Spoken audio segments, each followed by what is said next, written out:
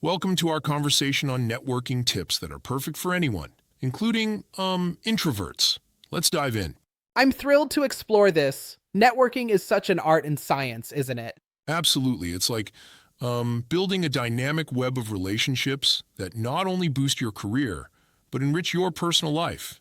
And there are, Yep. 39 actionable strategies that can really transform the way you connect with people. That's a lot to unpack. So, what stands out as a keystone strategy among these? One of the first big ideas is creating a relationship action plan. It's essentially about dividing your contacts into those you've already met and those you want to meet, almost like making two lists and purposely planning follow-ups. Mm, Interesting. So, it's not just about collecting business cards, but being strategic about whom you nurture, right? Exactly. Instead of winging it, you'll have specific actions for each group. For instance, with someone you just met, a follow-up coffee or LinkedIn message can be a game changer.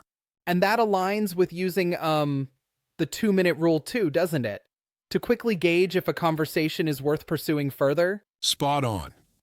The 2-minute rule is about assessing if a conversation flows naturally.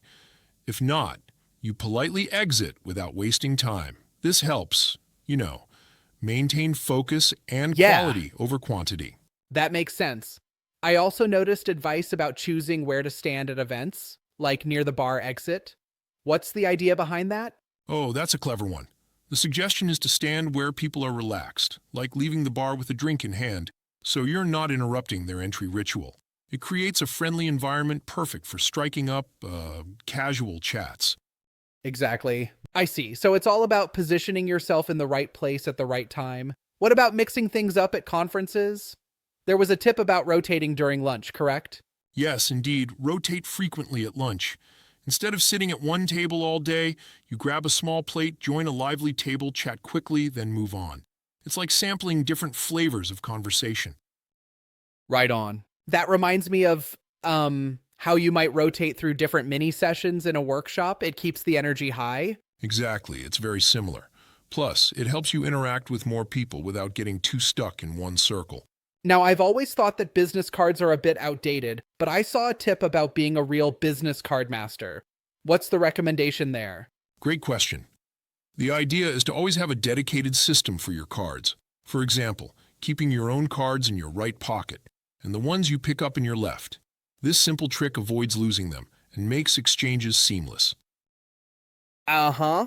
I like that. It's so organized.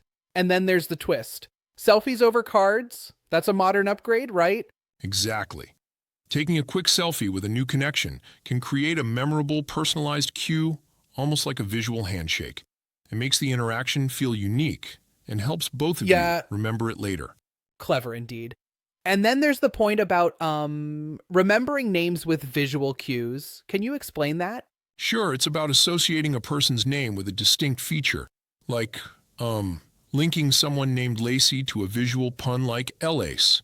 If her hairstyle reminds you of an ace shape, that method, based on research, can boost name recall dramatically. Interesting. I love that. Using simple associations makes it less daunting, especially for those who struggle with names. Absolutely, it really plays to how our brains work naturally when it comes to memory. Something as playful as that can really break the ice. Speaking of breaking the ice, what about tips for introverts? It seems like many strategies are geared towards extroverts. Oh, definitely. There's a whole section on leveraging introvert strengths. It stresses that introverts can excel by being great listeners and then using one-on-one meetups, such as coffee chats, or even starting by connecting online. Right? So it's more about quality interactions rather than trying to be a social butterfly? Exactly, quality over quantity. Introverts naturally thrive in deeper, more meaningful conversations, so their networking becomes about forging strong, impactful connections instead of fleeting, surface-level ones. That really resonates. And then there's the tip of using conversation starters like anyone I should meet when reaching out via email to old connections, right? Right. That question is like a magic key. It invites your contacts to think on your behalf and, in essence, become your personal connector. It shifts the dynamic to a more collaborative approach where helping each other is the norm. Absolutely. It all sounds so strategic, but I must ask, what happens if your networking efforts start feeling too, transactional? Isn't there a risk of coming off as insincere? That's a fair critique. While strategic planning is crucial, it's equally important to remain genuine. The advice, like not pitching your services immediately or not over-automating messages, is meant to prevent that robotic vibe. You want natural interactions that build trust organically. Yeah, exactly. That balance seems so critical.